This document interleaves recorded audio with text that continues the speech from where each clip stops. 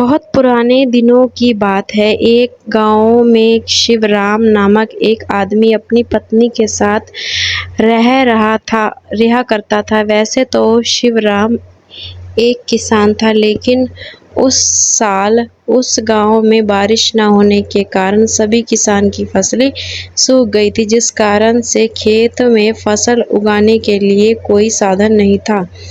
इस कारण से उसके जिंदगी काफी हताश और निराश चल रही थी। लेकिन उसके पास एक हाथ से चलाने वाला ठेला था, जिसको वह दूसरों के सामान को ढोने के लिए उपयोग करता था।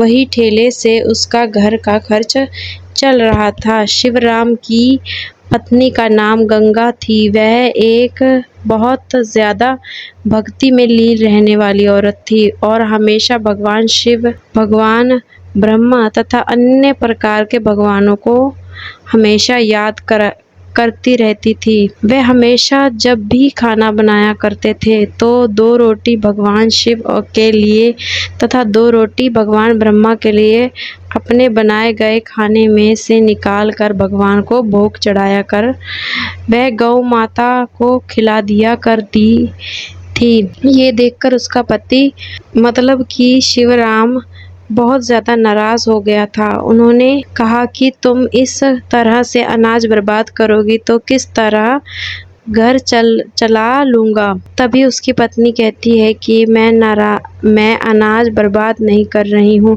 बस अपने कमाए गए और बनाए गए खाने में से कुछ भगवान के लिए निकाल दिया करती हूँ, क्योंकि हमारे पास जो अभी कमाई का ज़रिया है या तो कमाई आ रहा है, वह तो सभी भगवान की ही देन है। और इसमें से हम अगर भगवान के लिए थोड़ा सा निकाल भी देते हैं तो क्या दिक्कत होने वाली है। अगर भगवान हमें इतना कुछ दे रहे हैं तो हमें भगवान के लिए इतना कुछ करने के लिए भी क्या सोचना पड़ेगा। अगर बाद में हमारे काम नहीं चलेगा और हमारे घर में खाना नहीं होगा तो भगवान भी भूखे रहेंगे।